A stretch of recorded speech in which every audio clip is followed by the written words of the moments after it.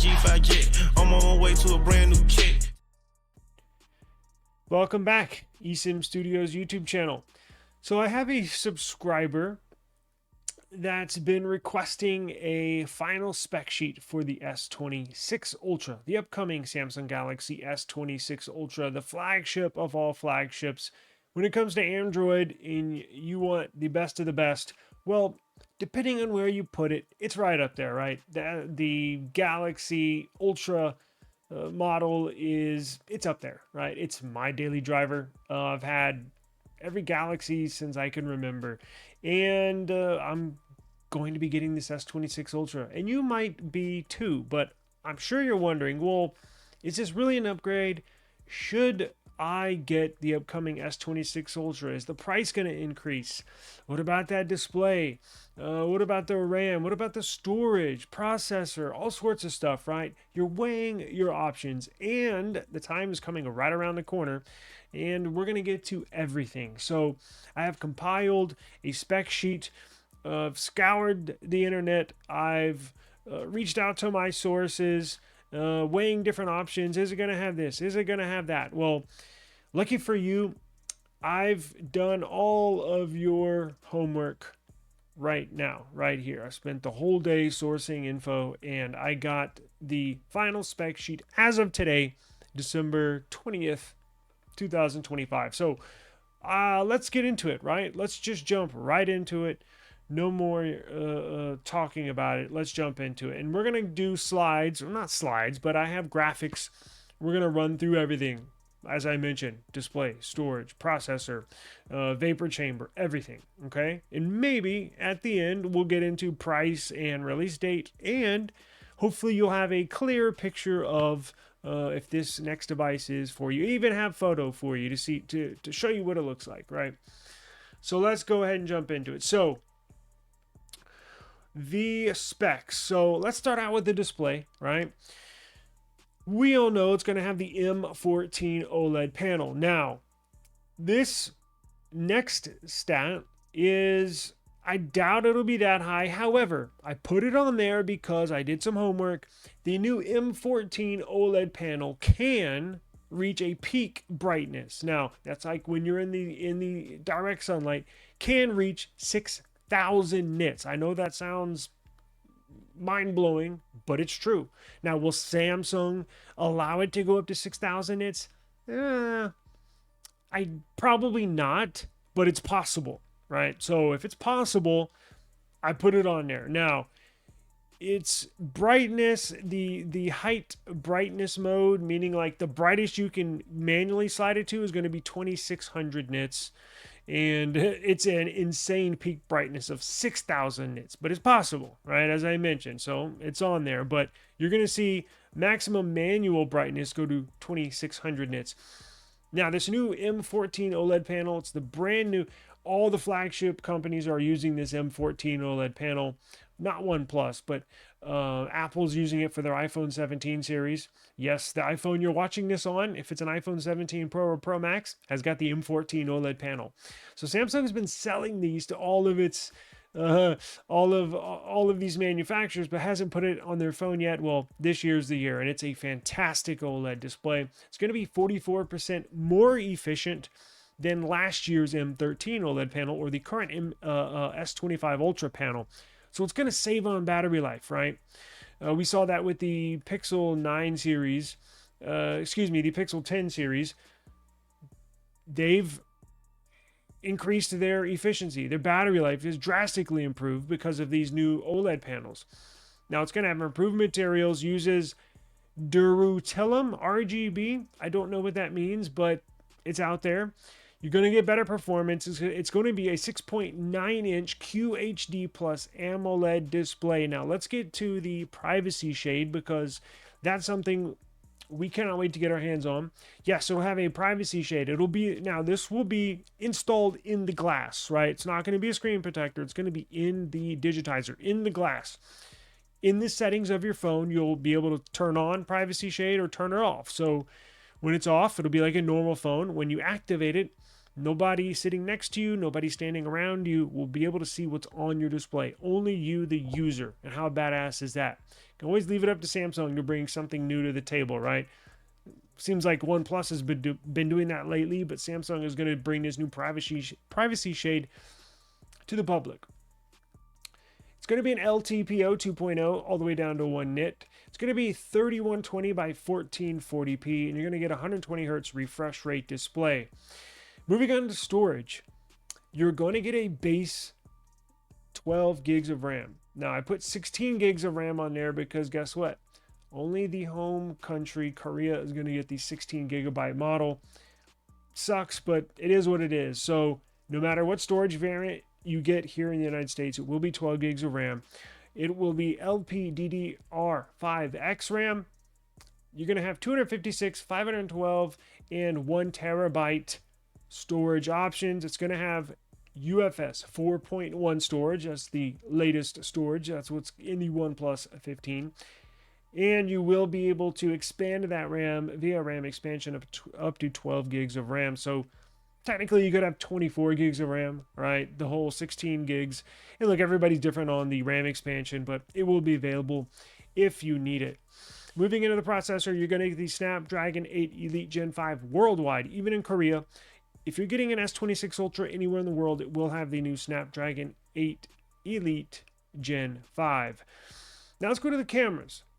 200 megapixel main sensor, 50 megapixel ultra wide, 50 megapixel 5x telephoto, 10 megapixel 3x telephoto, and 12 megapixel front sensor. Did videos on this previously. They're really not upgrading the sensors. The only one sensor they're upgrading is one of those smaller telephoto lenses. But if you want a camera upgrade and you're a Galaxy user, you're going to have to wait for the S27 series. That's when they're going to revamp all their cameras. So we're basically going to get the same camera setup, right? Let's go to battery. They are increasing it to 5,200 milliamp per hour battery, up from 5,000. Charging, you're getting an upgraded 60 watts wired charging, 25 watt wireless charging. It will be on the latest wireless charging standard 2.2. It's the same wireless charging standard Pixel just released on their 10 series on the Pro and Pro Max. It will have MagSafe magnets built into the back of the phone. So just like Pixel Snap, just like your MagSafe with the iPhone, Samsung will join the magnet club. It will be a little heavier. Actually, I take that back. It's not going to be a little heavier. It's going to be right around the same because they're reducing the weight inside the device to try to even it out because those magnets are a little hefty, right? And you are going to get a 15% larger vapor chamber to help with heat, right? Connectivity, you're getting Wi-Fi 7. You're getting Bluetooth 6.0. 6.0 is the latest Bluetooth. The new OnePlus 15 just released with Bluetooth 6.0. Pixel released theirs with 5.4. I think iPhone is still 5.4. So this will have the absolute latest Bluetooth technology.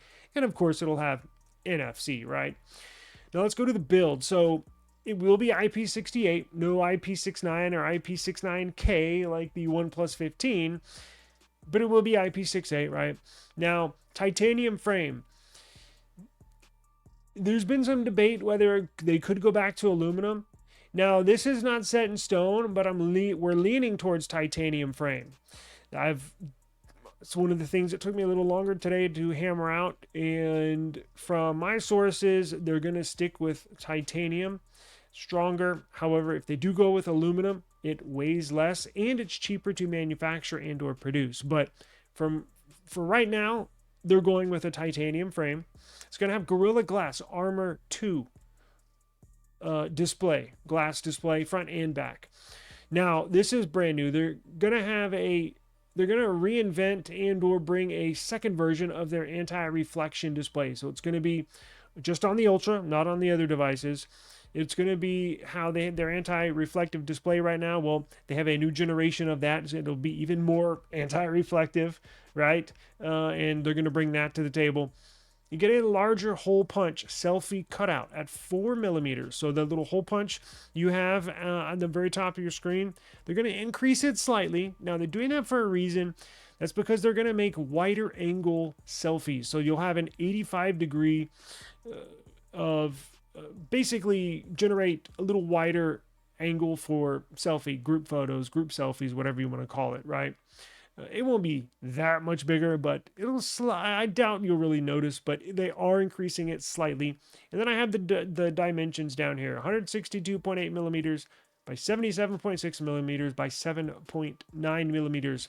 That's slimmed down from the current thickness of 8.2 millimeters. So it will be thinner. And I am here for that. I love thin phones. Operating system, Android 16, One UI 8.5. You're getting more advanced AI. What's new? You're getting improved night still photos. They have a new algorithm that they are going to implement in the still shots for the night mode photos. And they're also adding, we thought that Samsung was going to add this to the S25 Ultra. They did not, but apparently this is ready. A new video night mode. So you know how Pixel, I think they're the only company that has a night mode video. Of course, they all have night mode for still photos, but I'm talking about night mode for video. Pixel has it, and now Samsung apparently is going to bring theirs to the table. Now, let's talk about price and release. So prices are going to remain the same. I made a video about this last week. Samsung is not increasing the prices this year for the S26 Ultra. It's going to be the same price as it was last year. So the base model, 256 gigs, is going to be $1299. The 512 gig model is going to be $1,419. And the 1 terabyte model, I think I'm going to try to get that because I've had to delete a bunch of videos and photos off of my phone. I have a 512 gig. I think I'm gonna have to get the 1 terabyte this year. Well, that's gonna cost you $1,659.